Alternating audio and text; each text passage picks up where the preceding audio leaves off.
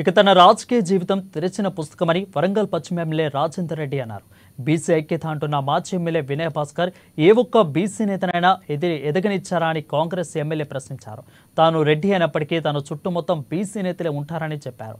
మాజీ ఎమ్మెల్యే తీరు మార్చుకోవాలని, కబ్జాలు చేసిన భూములను తిరిగి ఇచ్చేయాలని రాజేందర్ రెడ్డి డిమాండ్ చేశారు.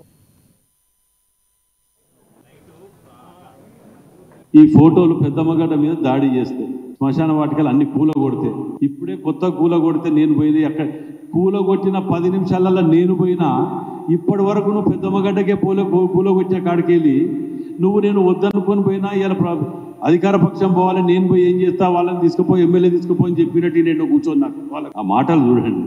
ఫోటోలు ఇవి నీ హాయంలా 15లా 18లా కూలగొట్టిన ఫోటోలు ఏం బీకినావు అప్పుడు? ఉల్టా వీళ్ళ మీద కేసులు పెట్టించినావు, ఎఫ్ఐఆర్ ఛార్జ్ షీట్ చూపించిన. మరి నేను పోయి ఏం చేసినా కూలగొట్టిన వాళ్ళ మీద ఎఫ్ఐఆర్ చేయించుకొచ్చిన. నీకు నాకు తేడా అది. నీ తిరిగా మాయ మాటలు పోకర మాటలు మాట్లాడి ప్రజలను కన్ఫ్యూజ్ చేయలే. ఉద్యమకారుడు అని చెప్పి అప్పుడు ఆ శవాల మీద పేలాలేదు కదా, కోట్ల రూపాయలు దుండుకొని కబ్జాలకు మారుపేరు.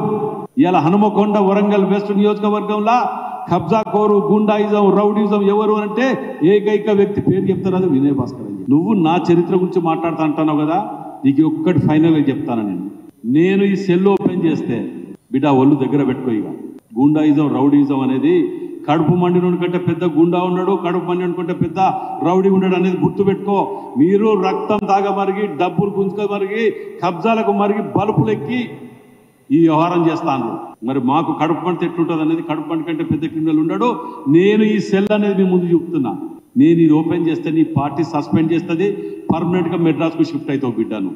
నేను ఇప్పటికి కూడా కడుపు మీద కొట్టొద్దని ఓపిక పడుతున్నా.